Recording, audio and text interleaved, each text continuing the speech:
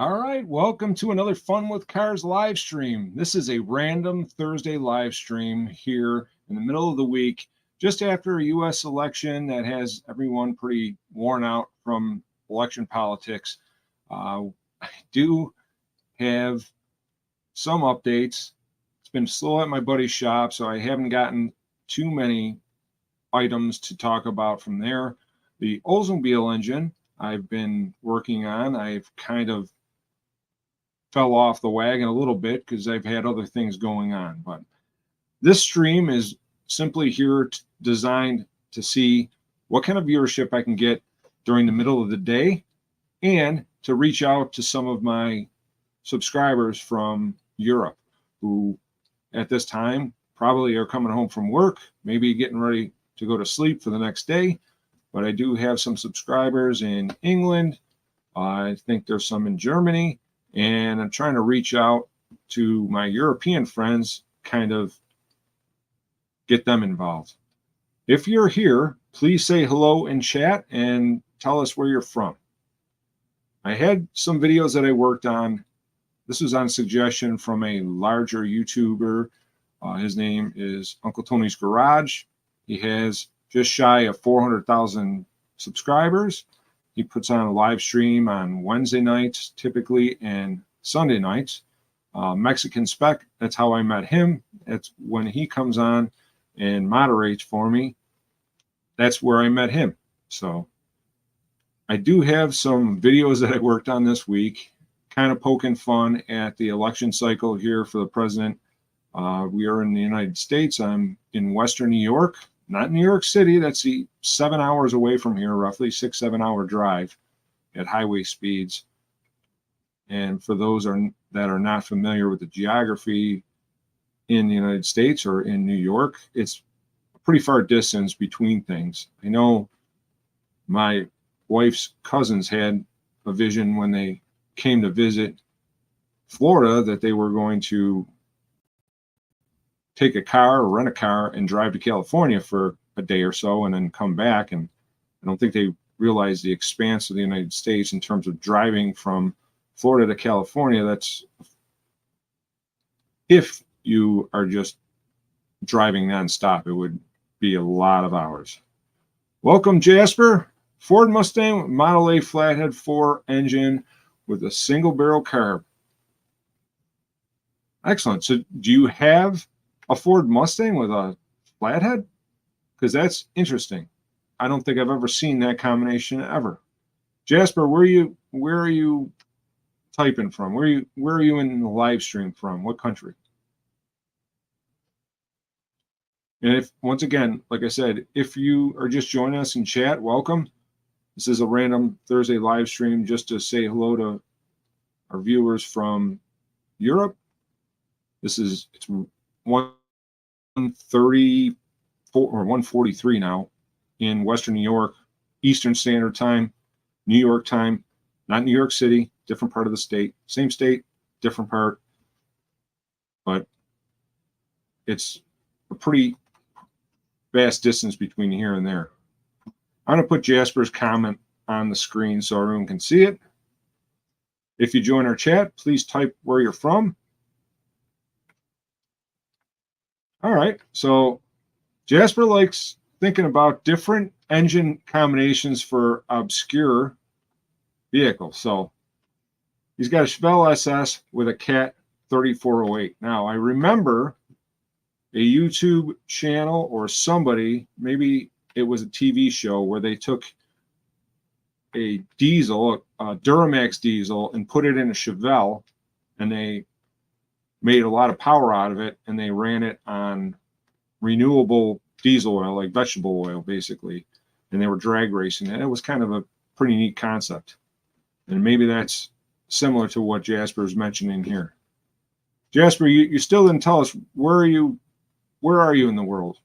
I'm curious. The first live stream I did was pretty rudimentary. First one I did was very basic in my garage, had very bad sound. The next one that I did, we had 7,700 people watching at various times. It was a 2-hour live stream. I got 7,700 views, and many of them stuck around for over 20 minutes, half hour. And we had people from Kenya, Germany, England, New Zealand. So Jasper is in the Philippines. So welcome. What time is it in the Philippines? I'm curious. I try to do this stream early afternoon on the East Coast of the United States to see if I could reach out and say hello to some of our viewers that view from Europe. I do have a few subscribers that are in Europe. I do have some Volvo content, and I think that's how I gain some of that. We do have a little bit of Porsche content. My son had bought a Porsche 924, 1978 924 for his 16th birthday. Very inexpensive, and it was something that he could drive to high school for his senior year. Let me tell you, his Toyota, he's got a Toyota Corolla, that would easily beat the Porsche 924 in a drag race, probably even outhandle it. But it was kind of neat. He didn't like it because his kids would gather around like, oh, you got a Porsche. But at any rate, that I did, because I posted a lot of the content when we were getting that ready for the road, it gained a lot of viewers, I believe subscribers too, from Europe. Now, the farthest I've been into Europe is England. I'd like to someday travel into the middle of Europe. My ancestry goes back into Poland, and I'd like to visit there someday. So it's 2:45 a.m. in the Philippines. Jasper has insomnia. I've been there. That's not a fun thing to have. It's not a fun thing to go through. I try everything when that happens. Jasper, what kind of vehicle do you have? What kind of vehicle do you drive daily? Is it something unique? Do you have a hot rod? What's it like in the Philippines? I've never been there. That sounds like a nice, interesting place to visit someday. My wife's family is from Samoa, obviously a Pacific island. So I don't know if the climates are similar, but in my estimation and my ignorance, I would say they probably are closer than the climate here. And the climate here, it was very warm the last few days, very summer-like, but we're in the fall, and we're a month and a half away from winter. Typically, we get snow already. We have not. I have my plow Yukon ready to go in case we get lake effect snow off of Lake Erie, one of the Great Lakes. And depending on the wind, we could get feet of snow at times, or there could be feet of snow a few miles from here, and then we'd have nothing on the ground. It's just how the wind blows, really, and how the weather comes to be. But I was, because of the presidential election, playing around with some silly videos, making campaign videos about the Rambler American, and then I made a concession speech video today just for fun. All right, Jasper's daily is a standard reliable minivan. All right, minivans. We don't see too many of those around here as much. They were very popular here over the last 30 years, but people have gone to SUVs here in the States mainly. And he's got a side project like a Jeep with a tractor engine. Interesting. And I assume that vehicle and traffic laws and emissions laws allow you to put whatever you want in it. Are there safety inspections, Jasper, or anything to do with? So we have safety inspections here, and there's an emissions inspection tied to it for vehicles between 2 and 25 years old. So they have to go get scanned for codes on the state computer, and essentially it's got to look to see that the check engine light isn't on, it's not running poorly, and all the monitors are set so that you're not polluting or creating more pollution. So you cannot remove pollution control devices or change engine driveline items that would render the car not able to pass inspection. So that's a side note, but I'd like to try to play my political ad that I came up with as for fun with cars. Remember, I was not trying to be on one side or the other, but because I have the Rambler American, my campaign slogan was fun with cars, make the Rambler American great again. So with no further ado, and I don't know how it's going to turn out on a live stream with it vertical, but with no further ado, let me present make the Rambler American great again. We're getting down to the final days to help make this Rambler American great again, the best.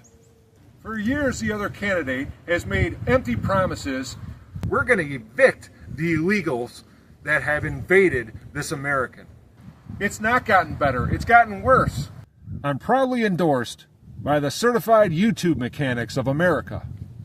As you can see, bias ply tires don't work. Wants to take us back to 1917. Destruction that has been caused by illegal invaders.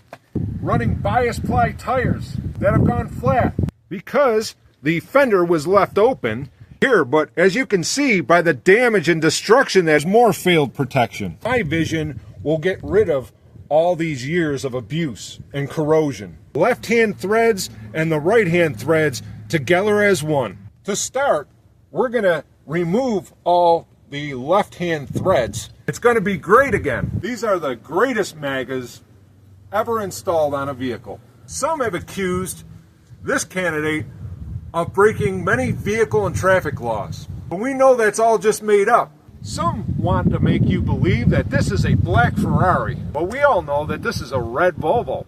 Some say that the American's unhinged, but clearly it's not unhinged. I put new bolts in. The years of corrosion have taken its toll on this American. According to some, half this car is garbage. So I'm asking for your vote this November to help make this Rambler American great again.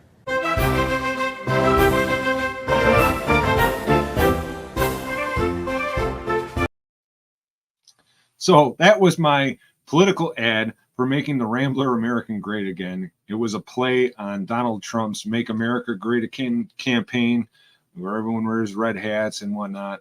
I don't get into politics on my channel, but everyone's kind of tired at this point of all the political rhetoric and political ads and campaigns, phone calls, polls, you name it. It's over with. It is what it is. And I'm just trying to have some fun with that in mind. So that's why I made political ad. I'm going to show you my concession speech after this, but I do want to get back to Jasper because he is joining our live stream from the Philippines, and I think that is very interesting. Halfway around the world, practically.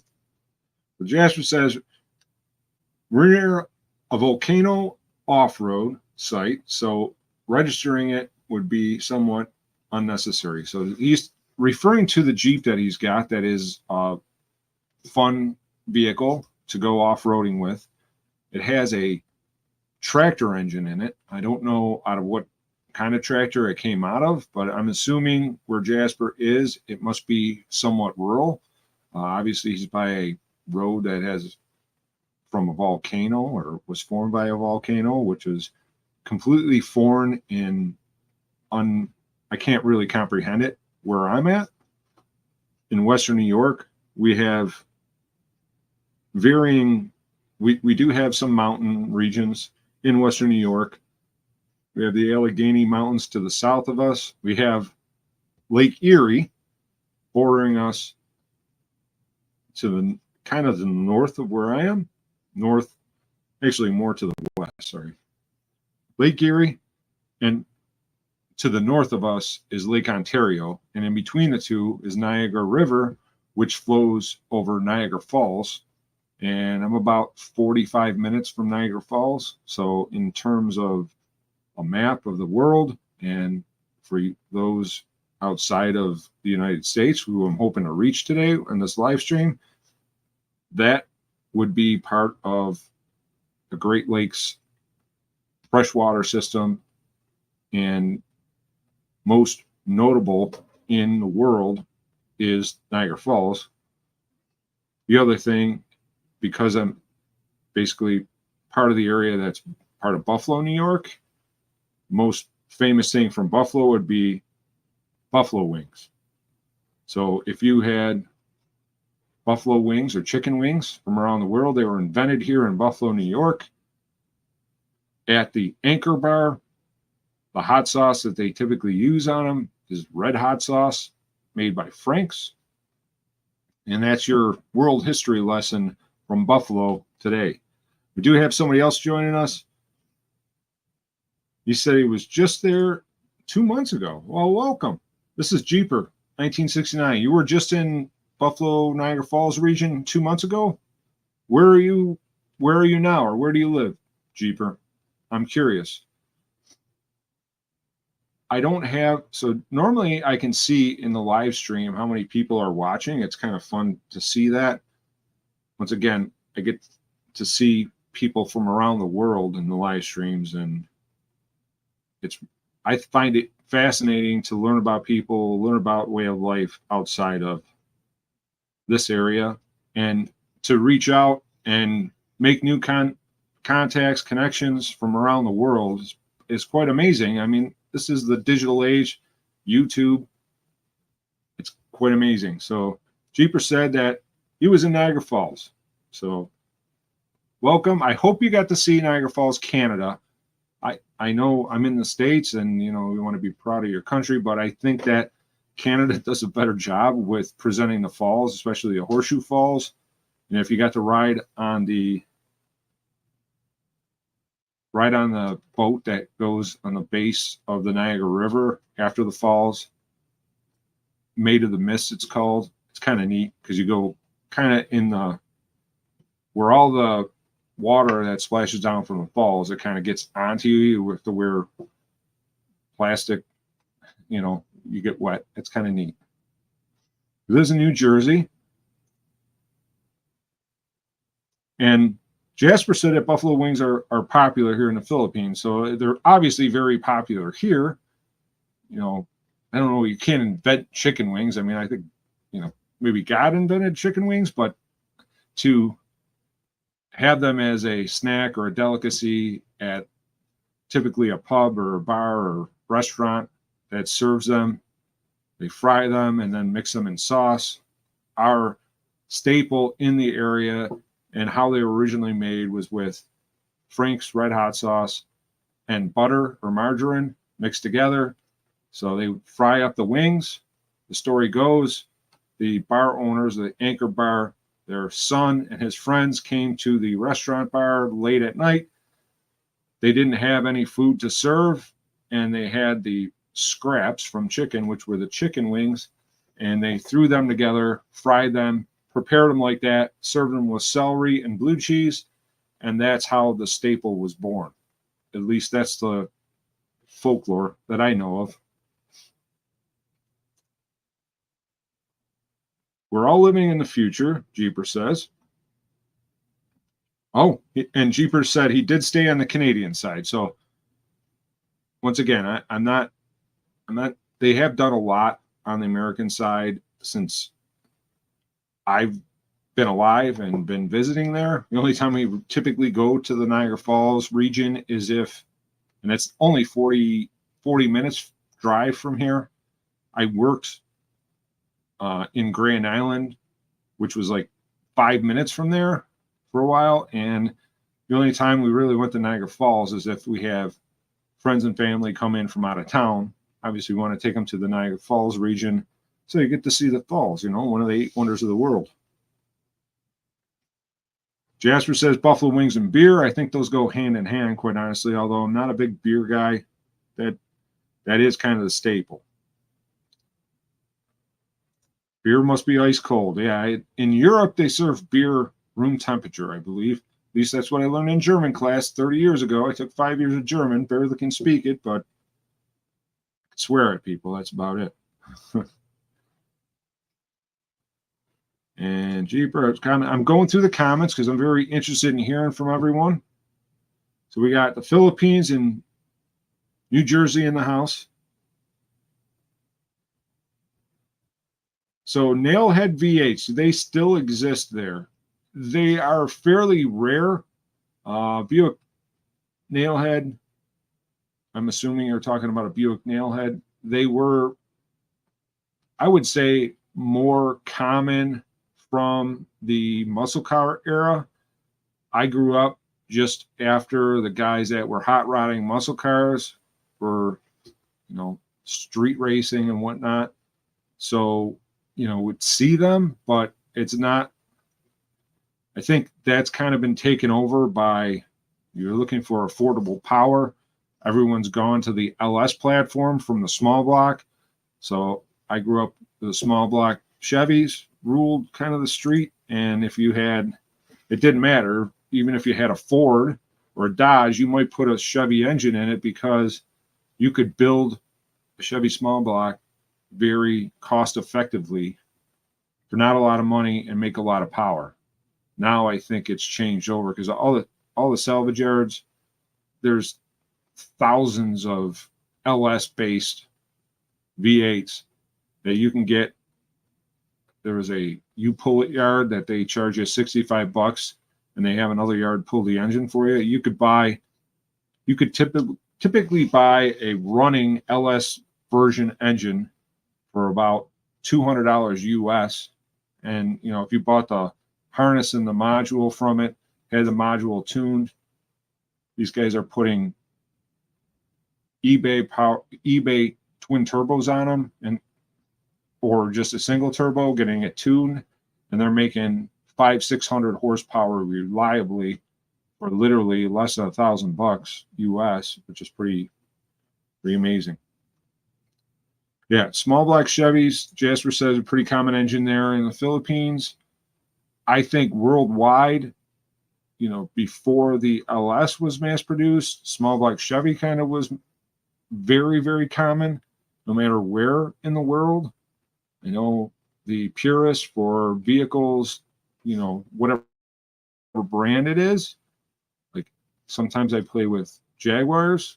It was common to put Chevy engines into a Jaguar. It would typically make it a little more reliable. And that is up for debate. I'm not going to knock anyone that likes Jaguar engines, but they're Jaguar used. I had a 1988 Jaguar XJS that had the V12 in it. It used a General Motors air conditioning system, had a Lucas alternator, and I put a GM alternator to replace it because it was bad. And it had a General Motors transmission from the factory, Turbo 400.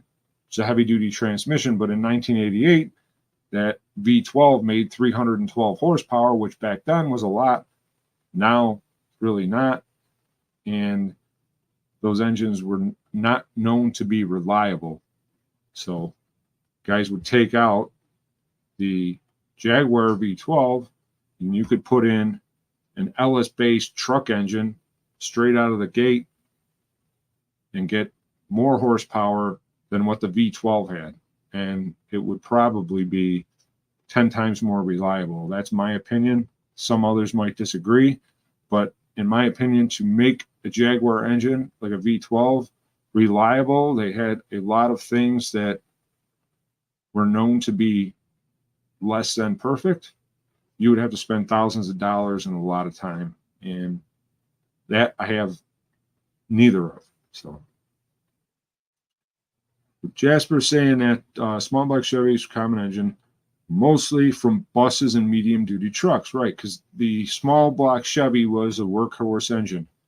I have a video that I'm stringing together on the Chevrolet inline 6-cylinder engine. I talked about it on my last live stream. My live stream from Saturday. If you're bored, please like and subscribe, by the way. That helps the channel. But if you're bored, I got to interview it was a big deal for me, and he's kind of a big deal on YouTube. He's got 136,000 subscribers, internationally known, I would say. The Motor Oil Geek came on my show Saturday. It didn't get the love that I was kind of expecting. It was the smallest live stream view that I had. I did a horizontal layout to that. I know YouTube promotes this vertical look because a lot of people like to watch live streams on their cell phones, and I get that, but I do like the horizontal look better personally. That's a personal choice. But I didn't give much love Saturday when we did the live stream. It was less than 100 people watched the live stream on Saturday, where, you know, the prior 2 Saturdays, I had over 7,000 people watch a 2-hour live stream at various times. So I was shocked. I was kind of embarrassed. It has since, now I did some things to promote that live stream. It has since gotten some more love. Guy's very knowledgeable on oil, lubrication, oil additives, and there's a lot of great information to glean from that live stream podcast interview related to classic vehicles using modern synthetic oils, some of the fallacies that people repeat because of experiences from years ago. I've only had good experience with synthetic oils, but not everyone has, and there's a reason for it. He goes through those reasons. I have a 1938 Oldsmobile inline 6 engine in the garage. It came from a lady who her dad had passed 15 years prior. They had a car with a bad engine, and the engine her dad purchased in 1969 that was sitting in the garage next to the car. They never got put together. They sold the car, and make a long story short, she didn't know what to do with the engine. We worked out a deal. I got the engine, cleaned it up, started going through it, did a valve job on it, sitting on an engine stand. I'm preparing to start and run the engine to test to see if it'll run on the engine stand. If it does, a friend of mine reached out when I made a short video saying, hey, here's the newest project. He's like, what are you doing with this 1937 Oldsmobile engine?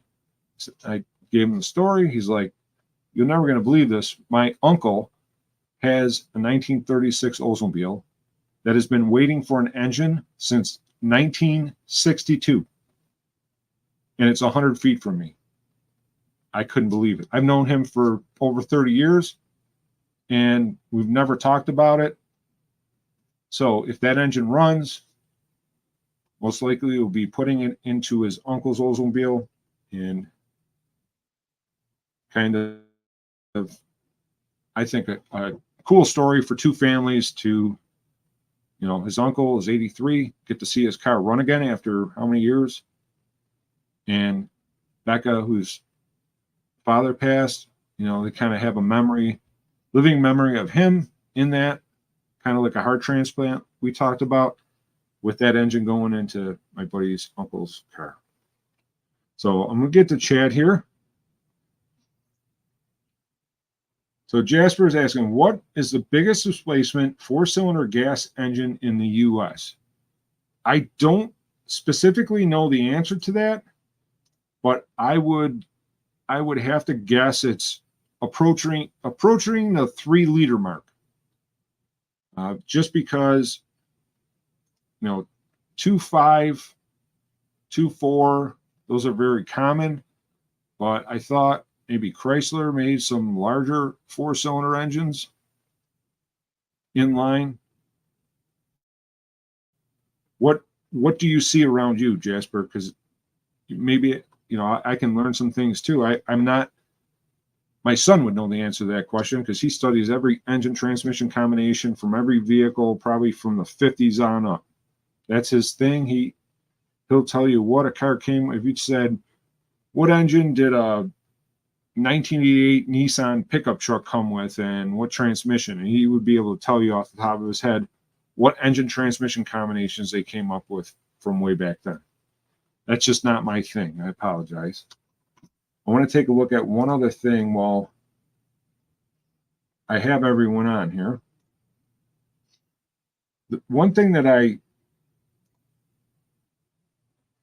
so it is working.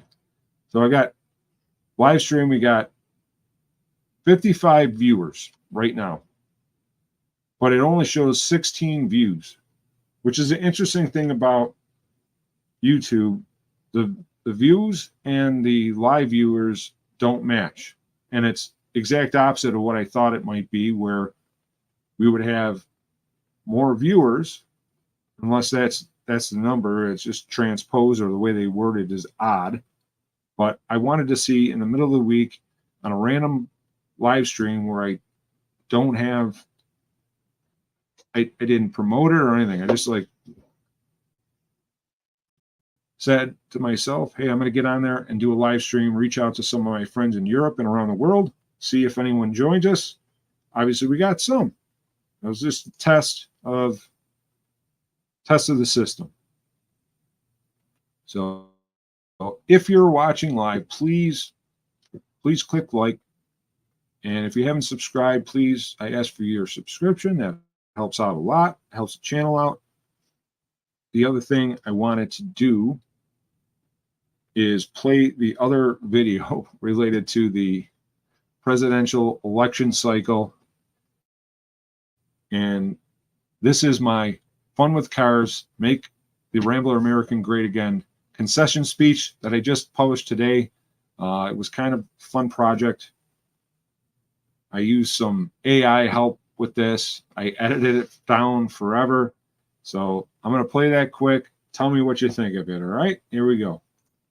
And look, if I was wrong... Oh, it did not. So here's the interesting part. It won't allow me to play it right from the beginning. So I don't know if there's a way. I'm going to try it this way. This is a little different than I had imagined it going, but I'm going to do it this way. You ready? Let's try this.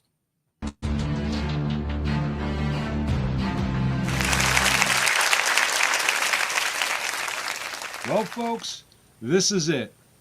We gave it a good run. I'm standing here tonight. Well, I'm actually the only one standing here tonight, but I stand here to announce that the campaign to bring back the Rambler has come to an end. Now, I know some of you might be thinking, Jay, was America really ready for a 1959 Rambler to reclaim the streets?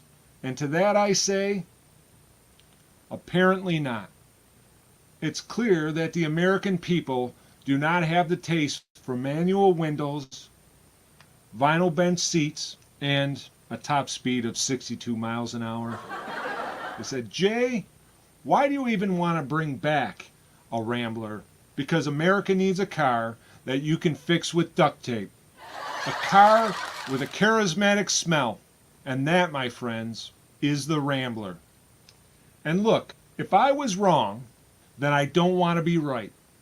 But apparently, a whopping 7 votes say that I am.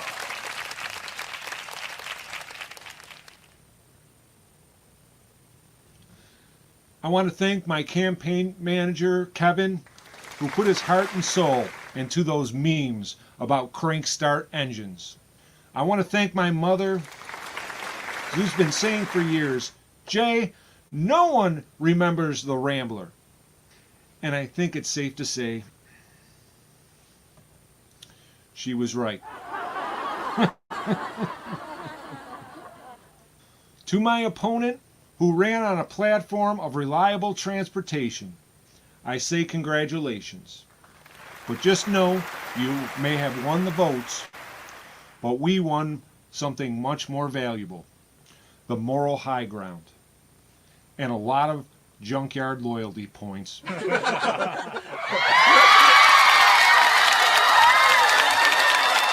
So this isn't the end, folks. No, this is just the beginning. Because while America may not be ready for a Rambler revolution, I believe one day that there will be.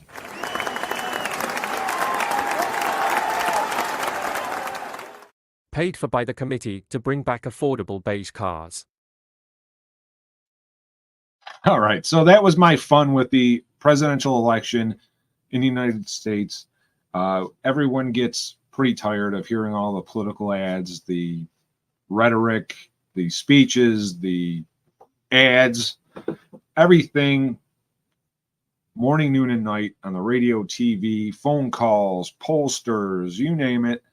Everyone's pretty tired of it. And I thought I'd have a fun spin on the presidential race with the Rambler American, with the Make the Rambler American Great Again.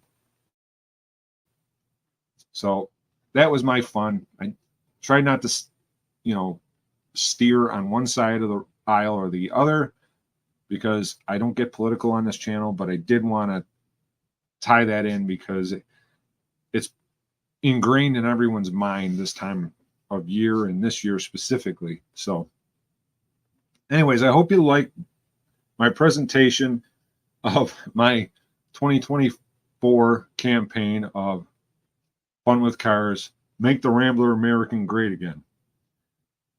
Please, if you're just joining us, I know we have quite a few in the stream, only a few that are commenting in the live stream comments. Well, maybe you're on lunch, maybe you're getting ready for sleep, maybe you can't sleep, like Jasper. He's in the Philippines. Jeepers in New Jersey. We talked about Niagara Falls, Buffalo area. That's where I am in the world. It's in New York, but far from New York City. It's about a 6.5-hour drive to New York City from where I'm at. So I'd like to know your thoughts in the chat, where you're from, your cars, anything. Please tell me. I'd like to bring you on board. So if you haven't liked and subscribed, please like this stream. That helps out the channel. And please subscribe if you like automotive content. We do quite a few short videos a week. Trying to do one live stream a week. This week's going to be multiple. And I'm just testing out this Thursday afternoon just because I had the time to do it and get an opportunity to reach out across the pond, so to speak, into Europe, because I do have a few subscribers in Europe, and see if I can connect with them on a live stream, which is a little more interactive than short videos or how-to videos that I normally post on the channel. Once again, for those of you just joining us, this last Saturday, I had a live stream with the Motor Oil Geek. His name is Lake Speed Jr. On that live stream, he covered a lot of topics related to oil. He's very knowledgeable on the subject. He is very familiar with the testing procedures that they do on oils, pros and cons of different oils for different applications. And there's a lot of information to be gleaned in that live stream. If you're ever bored, that's one to check out. I don't think it's boring, but I'm a little biased. It has a lot of good information that can help you with your everyday car even. But specifically, it was talking about oil protection, synthetic versus conventional. I had received some hate, I would say. I was posting a video update regarding the 1937 Oldsmobile engine that I'm working on. And I'm using synthetic oil to get it started to see if it'll run. And I got so much hate that it was going to destroy the engine, and basically I'd have to just throw the engine out if I ran it on that. And I want to summarize our live stream, but there's a lot of intricate details in there. Essentially, Lake said that the synthetic oil of today is far superior to the oils used back then. So when the engine was produced, up until the last time it ran in 1969, the oils today as a lubricant are far better. But I got another comment here from Justin. Just ran across your channel from the same area. Well, welcome, Justin. What part of Western New York are you in? I appreciate you being here. The oil that I was going to use is a full synthetic oil. He did do an oil test on that specific brand oil that you can get from Walmart called SuperTech. And his testing, as I'm summarizing, you have to go to his channel for details. I don't want to overspeak or underspeak for his findings, but that's the basis of it. He feels that synthetics are superior also, but he said, in my application for what I'm doing, he felt that a conventional 30 weight straight, because it's not going to do much time in terms of mileage, would be the best application, because the new straight 30 weight that Napa sells has far better lubricant qualities than what the engine ran on years ago, and it won't hurt the seals, which is what the synthetics could possibly do. So Justin is from Wyoming County. That I am about 20 minutes from Wyoming County maximum. Justin, who is the most famous automotive related person from Wyoming County that you can think of? I'll give you a hint. It's related to the Cannonball Run. So Wyoming County is a small county just to the southeast of here. And there is one person that I can think of that is automotive related, that is famous. And I believe he used to own this pub called the Cannonball Pub. And Justin's got the answer. I wish I had a prize for you, because he is right. Brock Yates, who was, in my opinion, a world famous writer, author, related to automotive topics, was involved in the real Cannonball Run. That was a race from New York to California way back in the day. There was a lot of crazy stories gleaned from that. And then, of course, the movie Cannonball Run was based off of the real life history of that race. And Brock Yates, from a town in Wyoming County called Wyoming, I believe.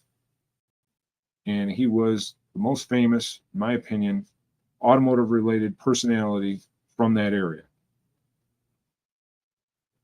I don't know if Justin agrees, but I believe I'm accurate. I can't think of anyone from that area that would be more worldwide known than Brock Yates.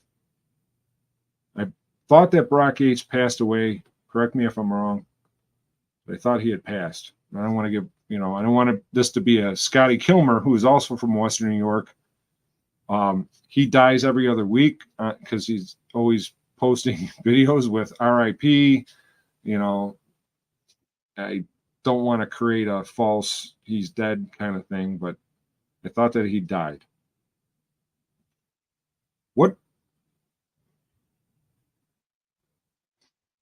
Justin, what's your daily driver? Let's talk about daily drivers for a second. Now, if you follow my channel, you're a subscriber, you know that I get a lot into Volvos, kind of been around Volvo trucks for over a decade. I worked at a Volvo truck dealership, and then I worked at Volvo cars for about 4 years. And Volvo kind of just grew on me. I like the brand, not the new stuff, but I like the older stuff. My daily driver is a Volvo S60, which I have featured on the channel. I had some do-it-yourself repair videos on it, and that's my daily. But if you're joining us, please jump in the chat. Tell us where you're from. Tell us what your daily driver is, what kind of cars you like. And I would even post this on the stream. If I put my email address up at the top, if you emailed me a picture of your car, I'd put it right in live stream right now. I haven't yet to have anyone do that, but it would be fun just to be a little more interactive. I can talk for a long time, but I want to keep on a topic that is interesting to you and everyone else watching. We have about 40 people watching right now, which is kind of amazing for a random. This is not pushed out on my channel at all, my typical Saturday night live stream, which is a weekly thing, is something that takes place at 6 p.m. Eastern on Saturday, where I kind of recap the week and we talk about different things. Last week, it was with the Motor Oil Geek. He's got 136,000 subscribers. His dad was NASCAR legend Lake Speed. His name is Lake Speed Jr., and we talked about oil for an hour. It's kind of neat. Justin's Daily Driver, Volkswagen TDI in the winter, and he's got an 89 Vet all summer. Now, C4 Corvette, that's the other, actually, that's one of the backdrops that I use for this live stream. I have a video on my channel. I'll post it up if it lets me. That's my C4 Corvette that I painted in Rust-Oleum. I reached out to Rust-Oleum this week, see if they would do, I don't know if you can see that. It's kind of, that was painted with Rust-Oleum 2X spray cans, and then I cleared over the top of it in 2K urethane clear. It actually turned out really kind of sharp. The car was rough, and it was kind of, I saved it from the junkyard, although the gentleman I sold it to, he took it apart. He had another idea for it. I don't know whatever happened to that car. That was about 5 years ago, maybe, about that. But it was kind of a fun project. I bought it. It was listed as having a rod knock. She was done with the car, and she drove it to my house, and I paid her $800 for it. It came with a whole bunch of extra parts. I didn't need everything. Sold off the parts that I could, and I removed the engine, and I did an LS base swap. It was a 5.3 out of a Tahoe, drive-by cable, not drive-by-wire. Not that you couldn't use drive-by-wire, but it had a throttle cable and a kickdown cable for the transmission. So I thought that the drive-by cable was the best application for LS swapping it, and that's what I did. So it was kind of a fun car to drive after that. But with most of my rescue vehicles, I get bored with them easily. Once they're running and driving, I feel like I did my part, and then I sell them usually and then get the next project. I get 20 projects if my wife let me, but you know, happy wife, happy life. So when she has to drive around all those cars in the driveway, and then I got to answer to the boss, why do you have all these cars? You can only drive one at a time. You know, I've come up with some interesting reasons over the years, but sometimes it gets a little bit too much. So we have about 35 people watching live stream right now. I've only had a few people commenting in live stream chat, which is kind of amazing because I usually get more interaction with people in the chat. That's the one thing nice about going live and doing a live stream is get to interact with people that I don't normally get to communicate with. You know, they might watch videos that I post, but I like the interaction part. Maybe some are watching and don't feel comfortable with it. Maybe some are just swiping through because this is in the vertical format. YouTube kind of promotes these videos typically, but it has dropped a little bit over time. So it's showing 15 now only in chat or in the live view. And we're almost at an hour. Probably going to stop at about an hour unless you guys comment a little bit more or throw out some ideas for me to put up there. See if I can do another video just to keep this interesting. I do have some of my videos on my computer that I have the ability to show.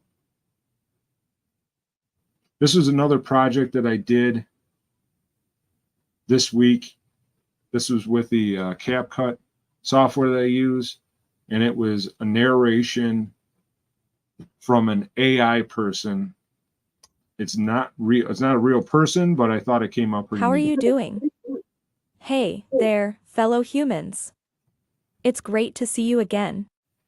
I hope you're doing well and enjoying your day. Remember, your well-being is of utmost importance. Take care of yourself, stay positive, and keep smiling. If you ever need someone to talk to, don't hesitate to reach out. We're here for you. Thank you for tuning in, and if you enjoyed this little chat, please don't forget to like, share, and subscribe. Stay awesome, and see you in the next one. So I thought if somebody wanted to come up with a YouTube channel as a personal motivator and didn't want to show their face on YouTube, you could use CapCut to produce videos every day in AI without your voice, without anything, to help people with motivation and self-awareness and that kind of thing. Thought that would be kind of a neat project someday. Maybe I'll do it myself. Just something I was thinking of when I came up with that, or when AI came up with that, because it was kind of a interesting situation. So I'm going to try playing this video, see how this plays, guys, and please comment down below. Episode of Fun with Cars. We're going to fix a leaky slave cylinder for the clutch on this 1974 TR6 Triumph.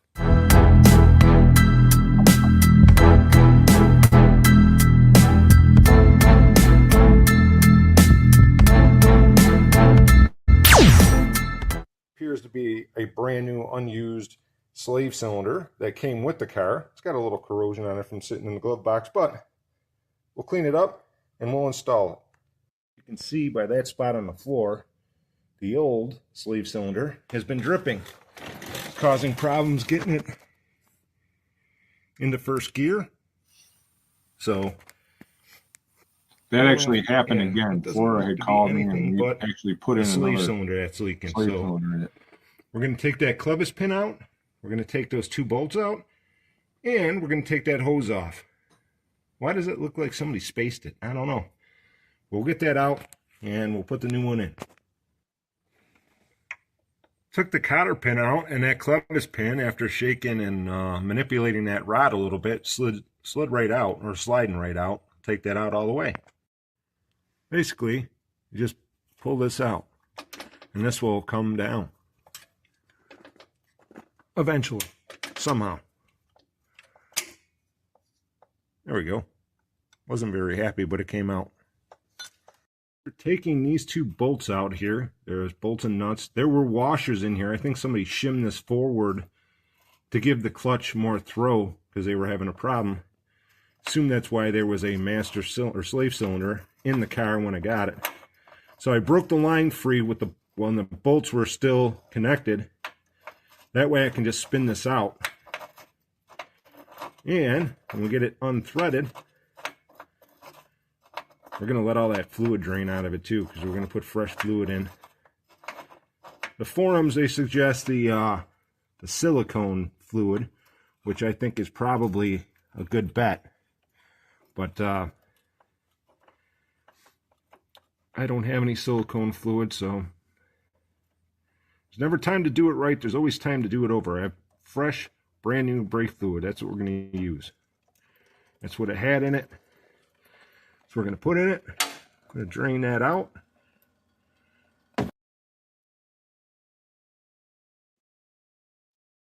So I'm able to play the videos that I post in this live stream. I don't think they're very well visible for the most part in this vertical format. YouTube likes this vertical format because if you're on lunch or at a break or waiting for somebody, people watch videos on their phone. They might be interested in interacting in a live stream. I like the live stream factor. I like the interaction. I like learning about people, hearing about where they're from. If you're in the live stream and you're in chat, or please join chat. I've had a few people join. Love to know where you're from. Put that up on the screen for everyone to see. It's kind of interesting to me to see people from around the world live, and I'm just broadcasting from my basement. I have a small studio set up here. Hey, Dale, welcome. So Dale's one of regular friends of the channel and our live streams. Dale, this is just a random live stream on a Thursday. I was testing my reach into Europe in the afternoon. That's why I didn't post it anywhere. I just put it up just to see what kind of viewership I would get. I changed it to the vertical again because Dale was here for my Saturday one. All right, we got somebody else joining this new face. RFAK. Hey man, what's up? What's up with you? We're doing good. So Dale got the live stream notification that I went live, which I would assume that any of the subscribers that are out there, they get the notification for that.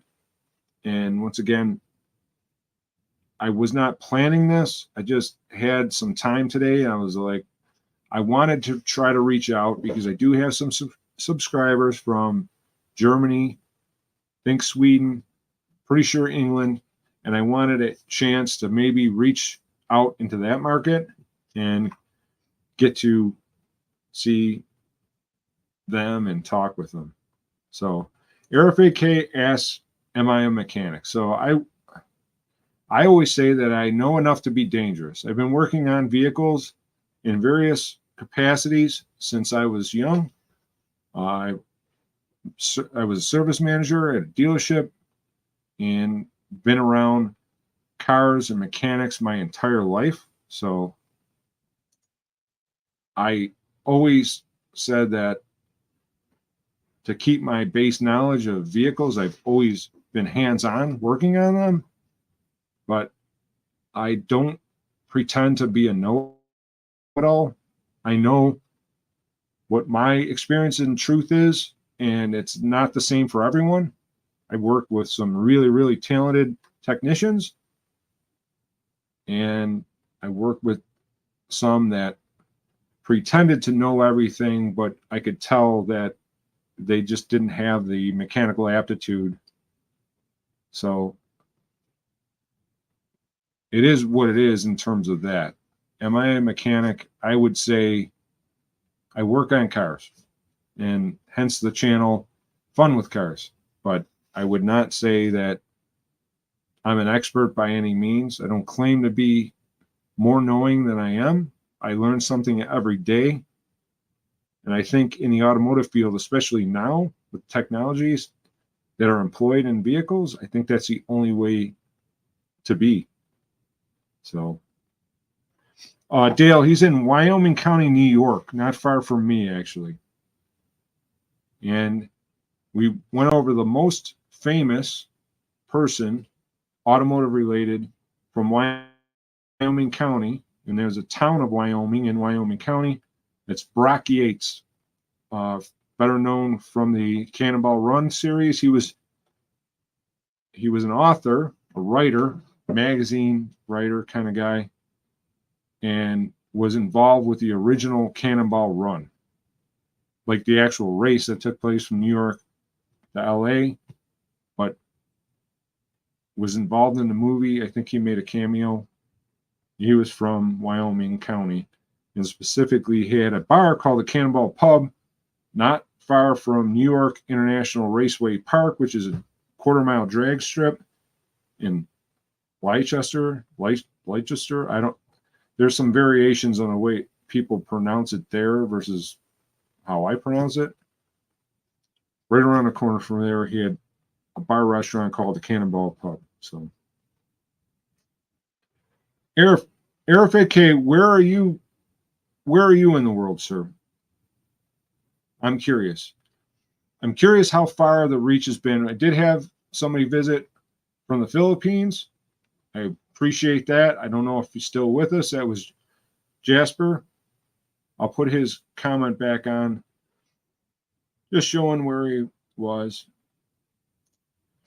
And our conversation earlier was discussing Buffalo Wings and Niagara Falls. So Arif AK, welcome from Syria, which is wild. We had somebody here last week from Iraq, and we got Jeff Kendall from Oregon, not Portland. That I know everyone probably thinks of Portland, Oregon, but I'm assuming you are in the more rural parts of Oregon, which would be now. Do you pronounce it Oregon or Oregon?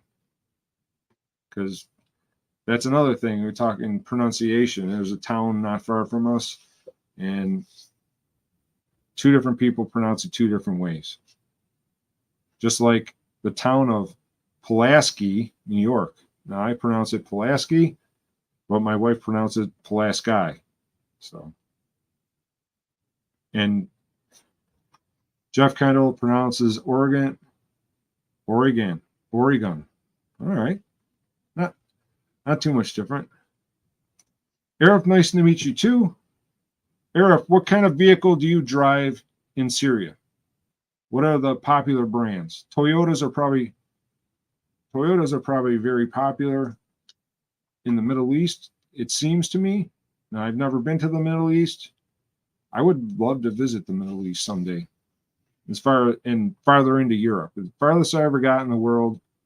And at one point, I didn't want to travel anywhere in the world. The farthest I did win a trip, ironically, about 8 years ago, almost to the day, I think maybe tomorrow, the next day is the actual anniversary. I won a national competition for Isuzu commercial trucks that won a trip of a lifetime through Isuzu to England and Ireland. And we got to tour all that. And it was that inspired me to want to travel further on because I don't know, I had this vision in my head that things were going to be so drastically different. And it was obviously different scenery, different climates, but it wasn't so drastically different that it felt too uncomfortable to visit. And it was kind of neat. So Arif AK, he's got a Mazda 323, 2002. Does anyone know, this is a trick question, I'm going to put this on the screen. Does anyone know what the Mazda 323 platform was used for in the United States that was not a Mazda brand? What's the brand, make, and model of the Mazda 323? And I could be wrong on this. You got to fact check me on this, but I believe it to be a certain vehicle. And I'm going to show you an example of what I used said certain vehicle for my Lamborghini project. Hence my avatar for Fun with Cars is based off of that, but it's actually a picture of it. Mazda Protege. That would be, so I think that's the same family of vehicle in Mazda in the States.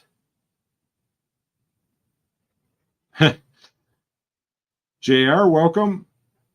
Used for the Cadillac Beast for Trump. That would be incorrect.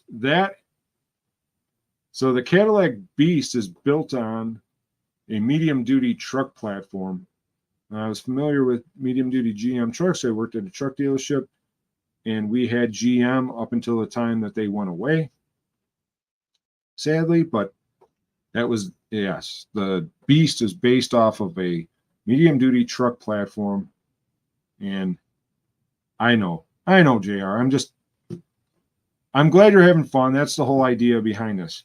But to my knowledge, and please fact check me on this, I could be wrong, but I thought that the Mazda 323 was the base platform for the Ford Probe. Correct me if I'm wrong. The Ford Probe I thought was Mazda based. It wasn't a Ford. It was not a Ford, and I thought that the Ford Probe was Mazda based, and the 323 and that shared the same platform. Not the same name, not the same brand, but the platform itself.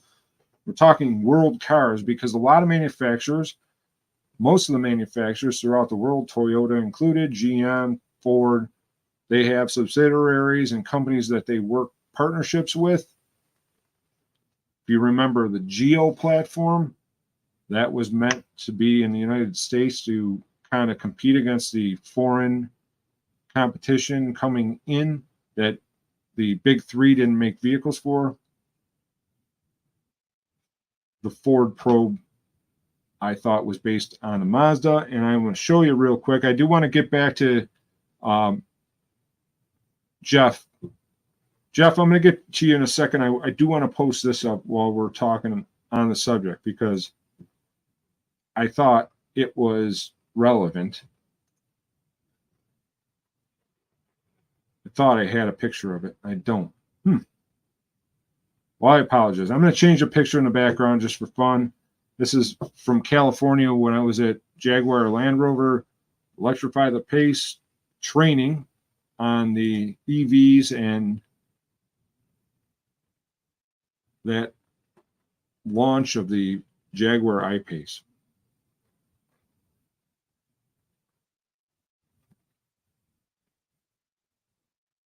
Well, thanks for joining us, Death Valley.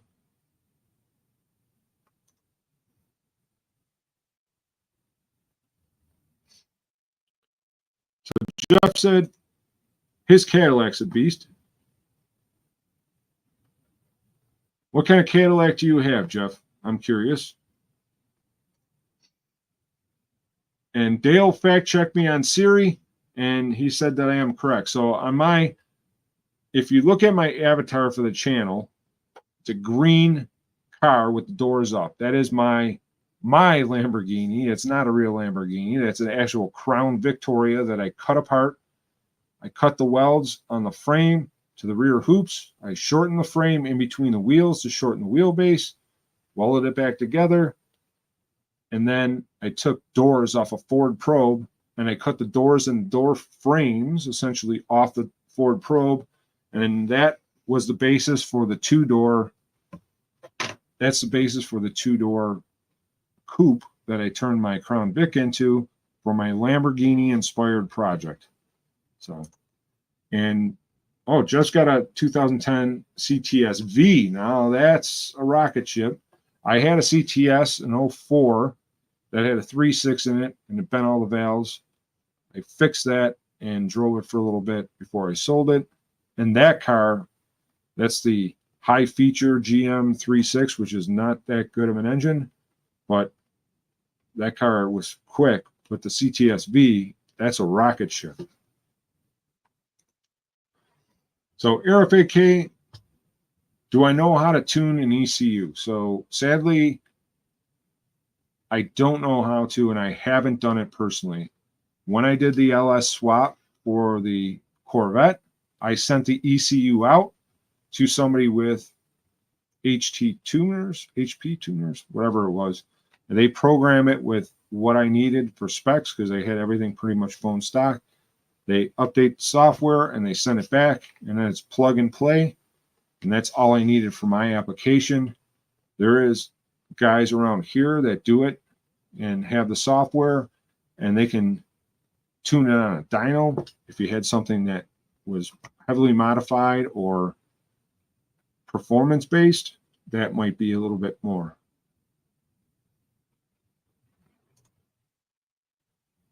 So Jeff Kendall, we're talking about his CTS. He's got a CTS V. He was looking for one, and it took a while to find a good one. It would probably be hard to find one that hasn't been beat pretty bad, right? And he's a Honda guy also. He's got a Honda Civic. 90 horsepower of fun. Well, you don't have to have 1,000 horsepower to have fun with a car. I definitely say that.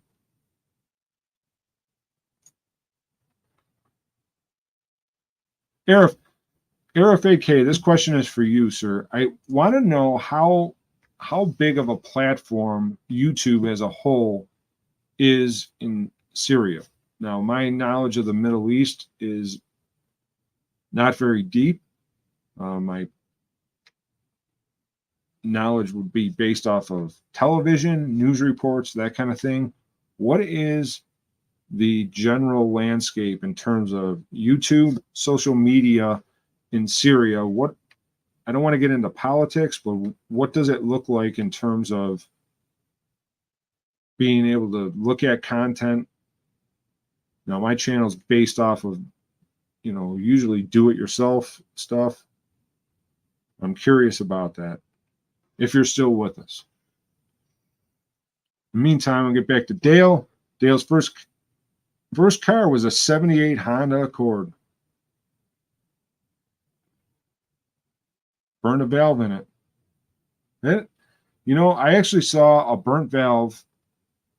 It may have been the one and only time that I ever had one that came into my possession as a vehicle. Had a car that I bought, a Volvo S60, that had a dead miss, had very low compression in one cylinder. I took the head apart, found a valve, and I assumed the cylinder leaned out because it was a turbocharged engine, and it looks like somebody cut with a laser a small V in the valve from the valve seat to the center of the stem. If you took a laser and you had a straight edge and you cut out a V out of the valve, that's what it looked like from a burnt valve. And Dale said that's his first overhead valve car that he ever worked on. Well, 78.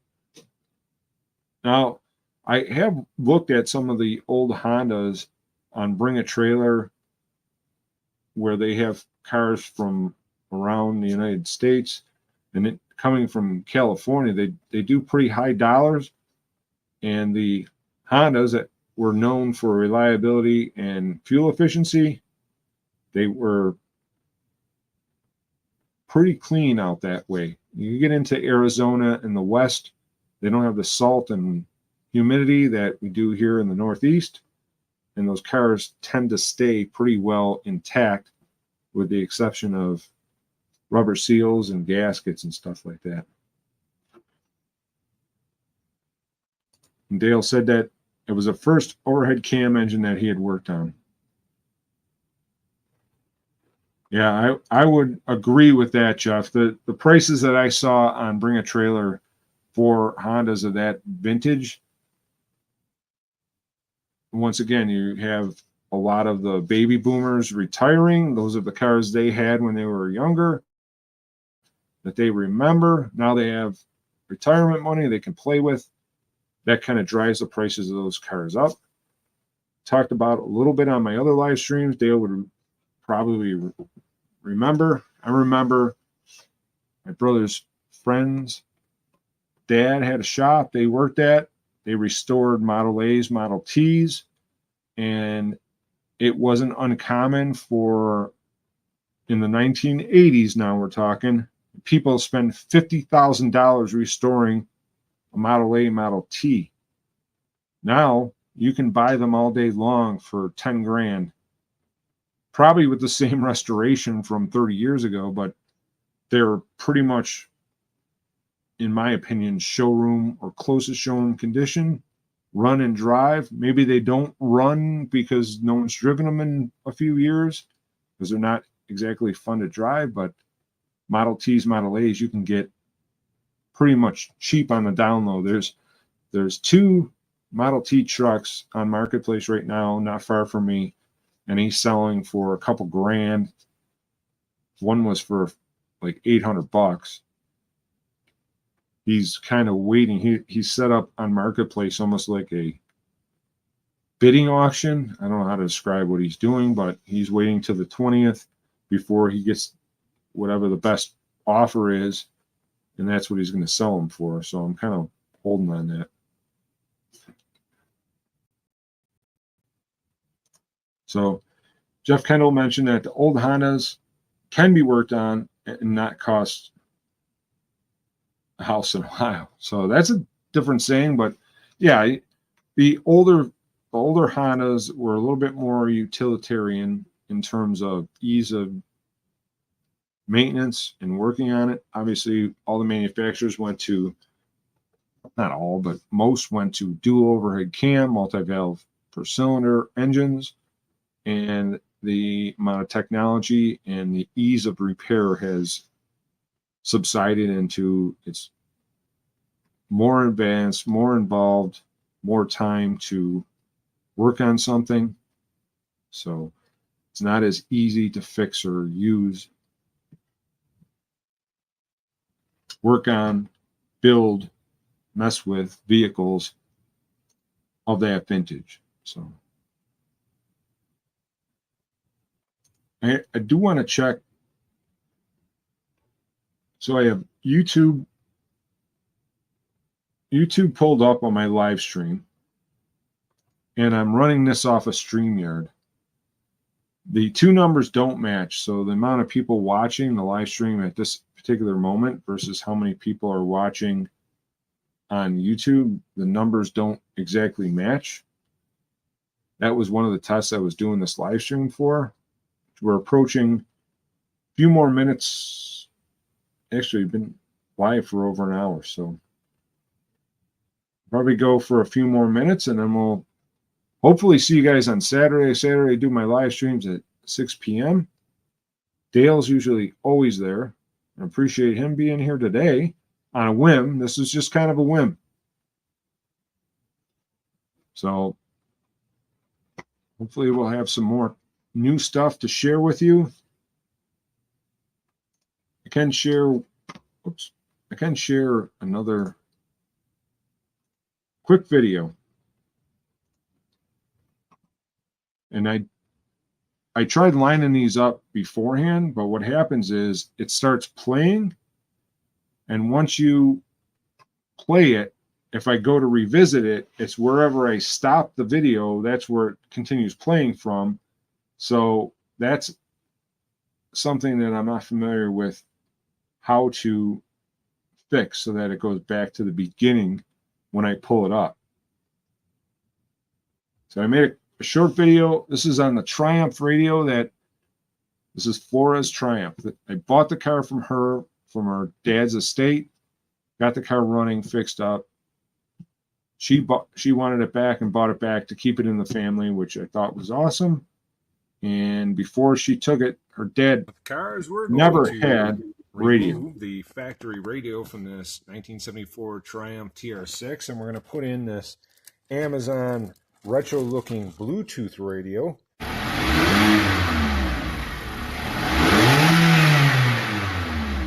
It looks like it's, got two knobs, like an old school thing, but they don't punch through like normal. So we're going to have to modify this dash here, which I don't like to do, but we're going to have to do it in order to make this fit. What I did was slide those two tools through so I can pull this sleeve off, because we're going to mark out the hole we need in the dash after that. See, I use this as my template to draw out in black marker on the material where I'm going to cut it. So I'm going to cut that out, and I'll bring it right back. I'm going to use a Sawzall. Sorry about the compressor running. I got half it cut out, and I got to cut out the other half and then file this all down. This is a sandwich of, I don't know if it's wood, but it's aluminum at least. So we're going to cut that out all the way, and then we'll get the bezel in. It's cut out, and I bent all the tabs so the insert is solid. Now I'll be able to do the wiring and then plug the radio in, and hopefully it works. All the speaker connections now, I got these solder heat shrink connections that I got that work pretty good. So I already got one pair done for the left front, and then I electrical tape over them. Turns out real neat and clean, and I'll do the other three speakers, and then I'll hook up the power and ground and see what we got. Okay, we're heat shrinking these solder connections for the speakers, so keeping that back so we hopefully don't burn it too much, which we are already, because I'm trying to film and do this. But if I do this right, the solder will melt and it'll be heat shrunk all in one shot. Got a little hot and some of the goo melted out of it, but as you can see, the solder is in there. It's heat shrunk, sealed, We'll electrical tape these off to give it a little more protection. Because of the Lucas wiring under the dash, I decided to go right to the fuse box with a couple of new wires. And I got them zip tied in place. I'll run them right into the dash to give it power to the radio. One is battery voltage, one's ignition switched voltage. Got the powers run to the radio connector. The ground, there is a bullet style Lucas terminal that was a ground, so I connected to that. I put a fitting on it. So I got my powers and ground, so the radio should power up. I got the two front speakers wired, and it should make sound now. And I got to wire in the back speakers. Hopefully it doesn't flag me for copyright. Here's the final look of it. Got it on Bluetooth mode so I don't get a copyright strike for playing music. Anyways, it fits pretty good. It looks pretty period correct, even though these don't go through regular holes. This changes the volume. This dials it into the different modes, Bluetooth. It's got lines in, USB, auxiliary in. For a cheap radio, it works. Back speakers are blown. We got to get new ones. Thanks for watching. Check out the rescue video of this. So I am able to play some of those short videos on the live stream. I know they don't turn out as well. Dale would agree that when you go horizontal, the horizontal platform of YouTube live stream, obviously you can see the video more completely versus compressing a horizontal video into a live stream, and it keeps the banners at the top of the page with the Fun with Cars email and the different things at the bottom. There's banners at the bottom I can change. The reason I wanted to show you those videos, obviously I showed the video of my campaign speech and concession. Dale, I don't think you saw it. I'll probably play it again on Saturday. You might see it come through on your YouTube feed. Just having fun. Everyone's sick and tired of all the political stuff going on. Finally, we're over with an election, so we don't have to listen to that anymore. I just was playing off that, having a little fun with cars, so to speak. But that was my make the Rambler American Great Again campaign and concession speech. All of those got played. I did not get many views on that. Dale was here for my live stream last week with Lake Speed. Dale, what did you think of what Lake had to say? That's the motor oil geek regarding the Oldsmobile engine. I learned a lot. I did watch some of his videos before coming on before he came on the live stream, and I interviewed him. I did research so that I wasn't totally uninformed, but I did want kind of a raw take from him on running the synthetic oil in the old engine, which I thought would be fine for the engine. And to sum up what he said, he said that the synthetic oils are by far better, superior lubricants, and if you ran just straight synthetic, and Dale agrees that he is very knowledgeable, he said that if I ran straight synthetic in it, people had commented that I was going to destroy the engine, destroy the cam and all that. He said that that was completely false. The synthetic oils are by far superior lubricants. But there is a caveat, because if all things were the same, a modern engine and an antique engine, if they had the same seals, if I replaced all the gaskets and seals on the Oldsmobile 1938 Oldsmobile engine, 37 Oldsmobile engine, that it would be equal running synthetic in both. Flat tappet cam, a roller cam, and a modern engine, it would do just fine for either application. However, because of the low mileage expected, if it runs, for that to drive over its lifetime, if it goes in my buddy's uncle's vehicle, that a straight 30 conventional oil, but modern with the modern additives, would be a better fit, because the seals in the 1937 engine always had conventional, and the additive packages to the synthetics could create an imbalance which cause those seals to leak. My goal is to not do anything more to that engine, make sure it runs. If it's a running engine, regardless of how much oil it burns or whatever, it's going to fit just fine if it fits in my buddy's uncle's Oldsmobile. For it to run and drive again, first time since 1962, which is crazy. And his explanation is, I'm going to put that up there. So Lake Speed Jr.'s explanation of the shrinkage, seal shrinkage on the synthetic oils in an antique engine, I think he explained pretty well. So, but he was definitely very knowledgeable. That's what he studies. That's what he does for a living. He is familiar with the pros and cons over the years of the oil packages. And I'm paraphrasing, summarizing, obviously liking and subscribing to his content, it would be advised because he has a lot of good content out there. He is going to be coming up, and this, Dale, this kind of hits closer to home for you, is he is bringing out the history of oil video. This week, he's expecting it to come out. I did email him back and forth after our stream, and we talked a little bit about that gas globe, which I brought out because of the oil theme, and gas and oil kind of is his thing. I brought that out, and when he saw the logo on it, it's a very rare gas globe. I couldn't even find them on eBay. I only found a small article about an All-Pen brand gas station. All-Pen is the name of the oil or gas. Came out of Bradford, Pennsylvania. I believe it to be the modern ARG, which is the American Refinery Group.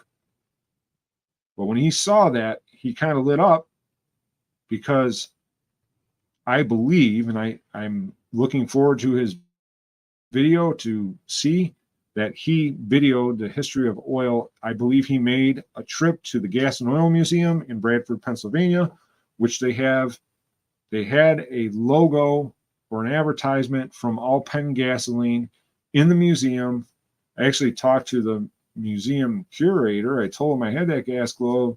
I emailed them. I said, that would be, instead of being in the corner of my basement that I take off a shelf for live streams once in a while, I offered for them to buy it. I thought that people would appreciate that gas globe at a museum rather than in my basement, but never heard back from them. My dad got that gas globe from a gas station they tore down in the late 60s or early 70s. And the contractor, my dad asked, "So what are you doing with all those gas globes?" And he said, "Oh, it's just going to get crushed when we tear the building down." So we gave them to my dad. My dad held on to them. And then I got into cars, and he's like, "I don't want these things." He gave me the gas globe. So that's how that came to be. And Lake Speed, I think, kind of got a kick out of that when he came on. So if you haven't checked out that live stream, please do. Dale, thanks for joining on such short notice. This is kind of a on the whim thing. We'll see you guys on Saturday. Thanks for watching today. Thanks for everyone that subscribed for the first time. I appreciate everyone. Have a great end of the week. We'll talk to you Saturday.